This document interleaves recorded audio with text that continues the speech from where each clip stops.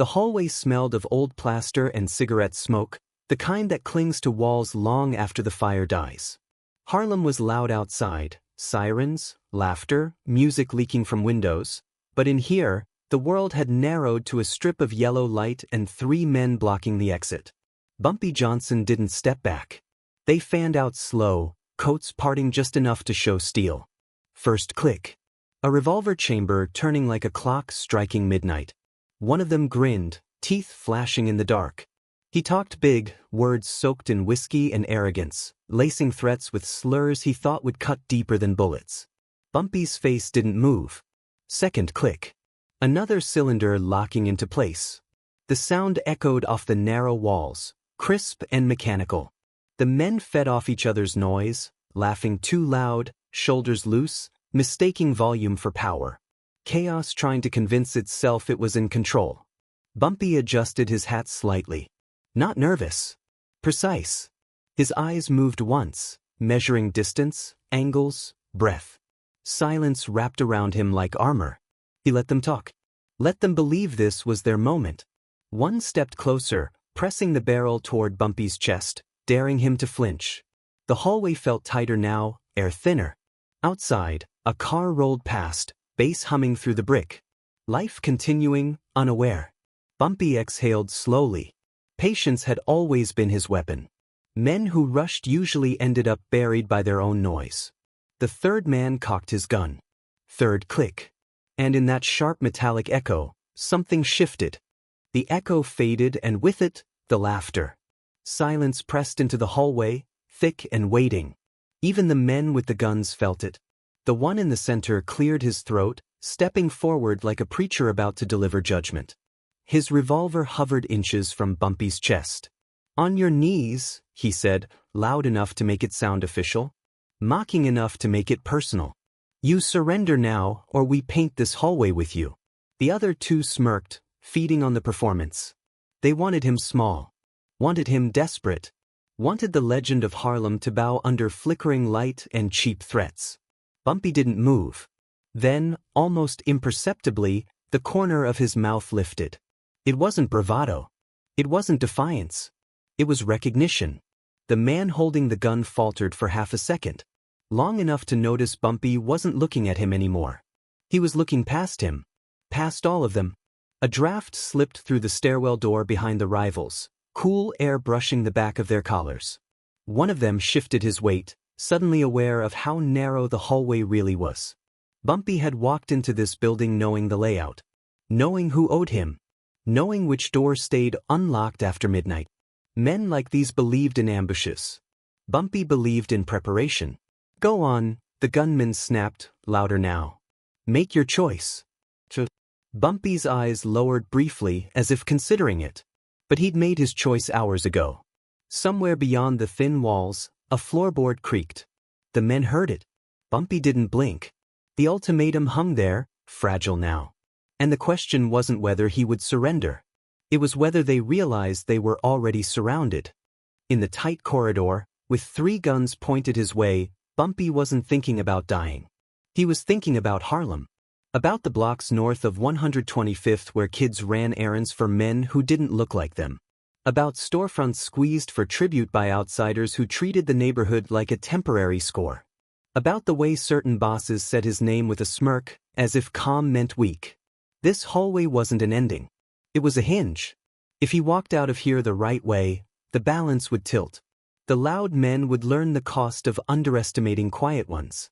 The crews who'd started drifting toward arrogance would remember who built the lanes they now profited from. Respect in Harlem wasn't given.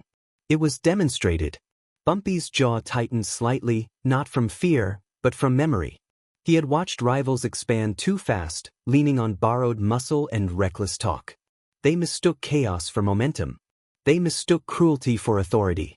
And somewhere in that noise, they decided he was yesterday's man. They forgot something simple. He had survived longer than their alliances. This ambush wasn't random. It was the final note in a series of small insults. A shipment redirected. A meeting held without him. A whisper campaign suggesting his time had passed. Petty moves, stacked carefully, until they believed the foundation beneath him had cracked.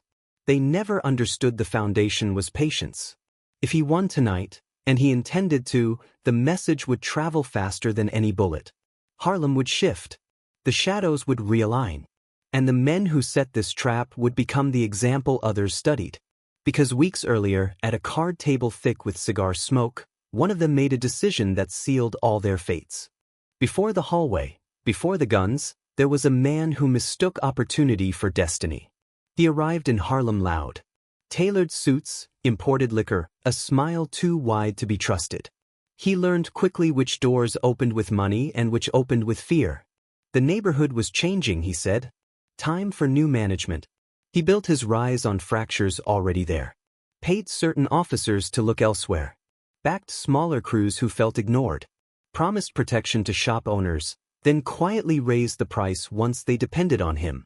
He spoke about business, but practiced extraction. Harlem was a ladder to him, not a home. Old alliances dissolved under the weight of his ambition. Men who had once shared tables and territory found themselves pushed aside. Some were bought. Others were threatened. A few disappeared into the river of rumor that runs beneath every city. He was careful with everyone except one man. He underestimated the quiet figure who didn't shout in clubs or flash money on Lenox Avenue. He thought influence meant visibility. Thought control meant noise. He saw Bumpy Johnson standing still and mistook it for stagnation. That was his first mistake. While he expanded fast, Bumpy watched. Measured who switched loyalties and who hesitated. Noted which corners stayed loyal without being asked. Power, Bumpy knew, was less about taking and more about being trusted when things went wrong. The rival leader wanted dominance. Bumpy wanted order. And arrogance grows bold when unchallenged. One night, fueled by applause from men too afraid to disagree, the rising boss decided to test the old lion directly. He didn't send a message through intermediaries. He sent it straight to Bumpy's table. The insult didn't land the way they expected. When the message reached his table, delivered loud, careless, meant to sting, Bumpy only stirred his coffee and listened. Around him, younger men shifted in their seats, waiting for an explosion. Harlem had taught them that disrespect demanded immediate noise. Bumpy had learned something different. He carried every slight the way a banker carries notes, catalogued, dated, accruing interest. The racial jabs, the whispers that he was finished, the suggestion that Harlem needed new blood. None of it surprised him. Power in America had always come with a smirk attached. What mattered was response. Impulse was for men who needed to prove they were dangerous. Restraint was for men who already knew it. Bumpy understood the streets the way a chess player understands the board. Pawns rushed forward. Kings waited. His code was simple. Loyalty over volume. Memory over ego. Protection over spectacle. Harlem wasn't a marketplace to strip, it was a territory to stabilize. People thrived when chaos was controlled, not amplified. So he let the rival rise. Let him talk. Let him believe momentum was permanent. Inside, Bumpy was building something quieter. He met with old allies in back rooms thick with cigar smoke. Reaffirmed bonds that had been tested but not broken. He reminded men of what order felt like: steady money, predictable streets, respect earned without humiliation. Each conversation was a brick. Each silence was a decision. The threats were mounting. The provocations growing bolder. Eventually, patience would have to step out of the shadows. And when it did, it wouldn't look like anger. It would look like inevitability. It happened on a Saturday night, when Harlem was dressed in silk and brass. The club was full, horns blaring, glasses clinking, laughter rolling thick through cigarette smoke. The rival chose his moment carefully. Public. Crowded. Witnessed. Bumpy's associate, a man who had carried messages and kept corners steady for years, stood near the bar when the rising boss approached him. There was no argument at first. Just a smile too sharp to be friendly. Then the voice rose. He mocked the man's loyalty. Questioned who he worked for. Laced his words with racial contempt, the kind meant to reduce a grown man in front of his own neighborhood. The music didn't stop, but the energy shifted. Conversations thinned. Eyes drifted toward the spectacle. And then he did it. He shoved him. Not hard enough to start a fight. hard enough to make a point. The associate held himself together. Didn't swing. Didn't shout. But humiliation has weight, and everyone in that room felt it land. The rival laughed, soaking in the attention, believing dominance meant making an example out of someone else. What he didn't understand was that the man he embarrassed wasn't just an employee. He was a symbol. By the time the story reached Bumpy, it had traveled through barbershops and back rooms, through whispers and clenched jaws. Every detail arrived intact. The slurs, the shove, the laughter that followed. Bumpy listened without interruption. No outburst. No visible anger. Just a long, quiet pause as the room waited for direction. Because this wasn't about pride anymore. It was about order. And as the final detail was repeated, the exact words used, the exact way the crowd reacted, Bumpy lowered his gaze slightly. Then he asked one calm question. Bumpy didn't answer the insult with noise. He answered it with structure. Within hours, quiet instructions moved through Harlem. Not threats. Questions. Who was handling the rival's new shipments? Which lieutenant felt overlooked? Which cop had recently been paid twice instead of once? Information flowed back in fragments, and Bumpy assembled it patiently, like pieces of a board taking shape. He learned the rival was planning something loud. A public expansion. New territory announced within 48 hours, backed by muscle and spectacle. It was meant to cement his rise. 48 hours was enough. First, Bumpy tightened his own circle. Loyal men were reassigned, not aggressively, but strategically, placed near key warehouses, near clubs where rumors spread fastest. Then he planted doubt. A whispered suggestion to one lieutenant that another was skimming. A quiet tip to a bookmaker that a raid might be coming. Nothing dramatic. Just enough friction to make trust brittle. Chaos, when nudged correctly, multiplies itself. Meanwhile, he let the rival believe everything was proceeding smoothly. No retaliation. No public outrage. Silence again, active, deliberate. The risk was obvious. If even one false lead traced back to him, the hallway confrontation would come early and on their terms. But Bumpy trusted timing more than luck. He marked the hours carefully. 36 left. Then 24. By the final night, the rival's camp was restless. Accusations brewing. Meetings running long. Paranoia tightening like a noose no one could see. Bumpy adjusted his cuffs and reviewed the last piece of the board. The confrontation would not be spontaneous. It would be scheduled. And when the 48th hour arrived, the rival would step into what he believed was a celebration, not realizing the trap had already closed. 20 hours left. The rival woke to small problems. A delivery delayed. A driver claiming the truck had been checked twice by patrolmen who suddenly seemed curious. Annoying but manageable. He barked orders. Told his men to tighten up. Bumpy, meanwhile, sat in a quiet apartment above a storefront, reviewing reports in near silence. He didn't raise his voice. He adjusted variables. 16 hours. A trusted lieutenant failed to show at a scheduled meet. Not vanished, just cautious. Someone had whispered that the boss suspected him of skimming.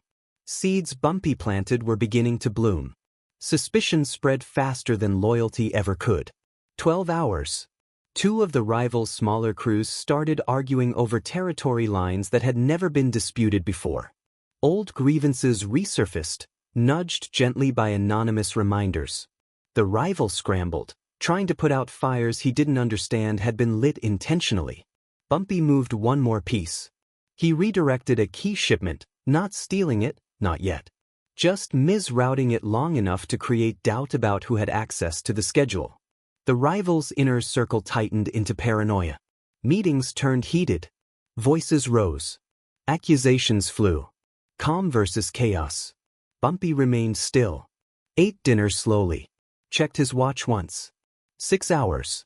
The rival, now visibly fraying, decided subtlety was over. If someone was undermining him, he would strike first. He ordered an example made. A public show of dominance to restore fear. He chose the hallway. 3 armed men. A controlled environment. End the threat before it materialized. What he didn't know was that Bumpy had already calculated desperation into the equation. And as the final hours collapsed inward, the rival set his counter-ambush in motion. The hallway was silent before the storm. Bumpy's eyes scanned every shadow, every glint of metal, each shallow breath his rival's thought concealed weakness. The first 3 counts had belonged to the enemy, clicks of arrogance, assumptions, threats, but the 4th would not. He moved with measured precision. Not rushed, not loud, just decisive. A step to the left drew one gun from its line. A slight tilt of his shoulder caused another man's aim to waver. The rival leader barked orders, frustration sharpening every syllable, but Bumpy was already ahead, calculating angles, exploiting hesitation, letting the enemy's confidence work against them. In seconds that felt stretched, chaos inverted. One man stumbled over the narrow space, off balance. Another misfired into the floor, the echo swallowed by Bumpy's calm presence. The rival's bravado cracked as he realized control had slipped entirely from his hands. Public humiliation crystallized in the narrow hallway. Men who had thought themselves untouchable now rattled and exposed. Bumpy struck only when necessary. The violence was surgical, purposeful, restrained, cinematic in its impact. Each movement delivered a message. Dominance wasn't about volume or noise. It was about awareness and timing. The hallway, once a trap, became a stage for reversal. By the final count, the enemy was disarmed, shaken, and demoralized. Harlem's balance shifted silently, irreversibly.